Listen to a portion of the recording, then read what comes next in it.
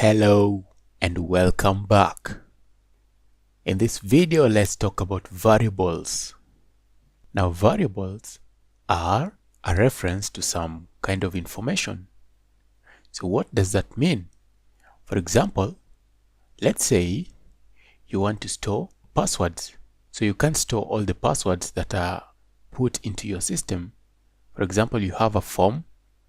So you'll need to reference to all the passwords that will be input into your form. You can use something like password. You can declare a variable called password or just pass. So every time someone puts in their password, it can be accessed using our variable. So you're going to see this as an example. You remember there is an example I showed you about adding two numbers.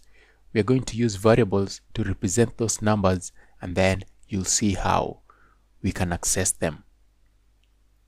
So a variable is a changeable value. So it is changeable. So you'll find that one person will put their password, then another person can also put their own password, and you'll be able to access them. Maybe using the ID of those particular people or using their username. So a variable is changeable. That's important to note because we also have constants. We are going to look at constants later on. It's important to note that variables are changeable and variables have identifiers. Now the identifier is the name of the variable.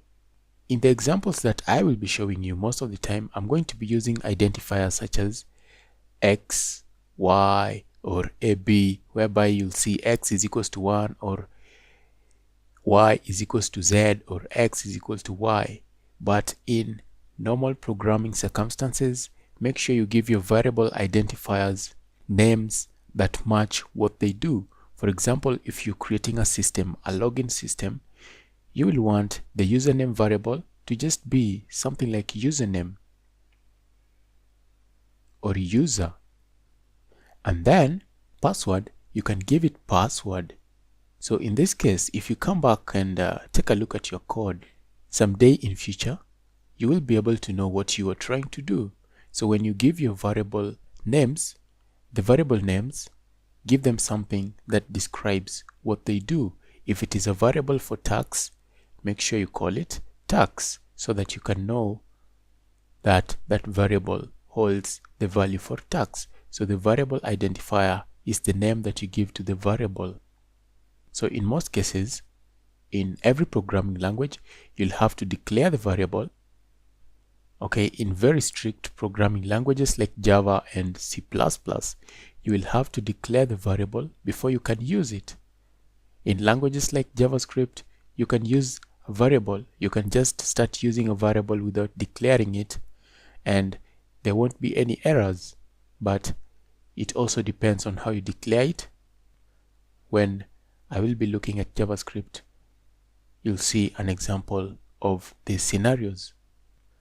So in this video, we have done an introduction to variables, and we've said that a variable is a memory placeholder.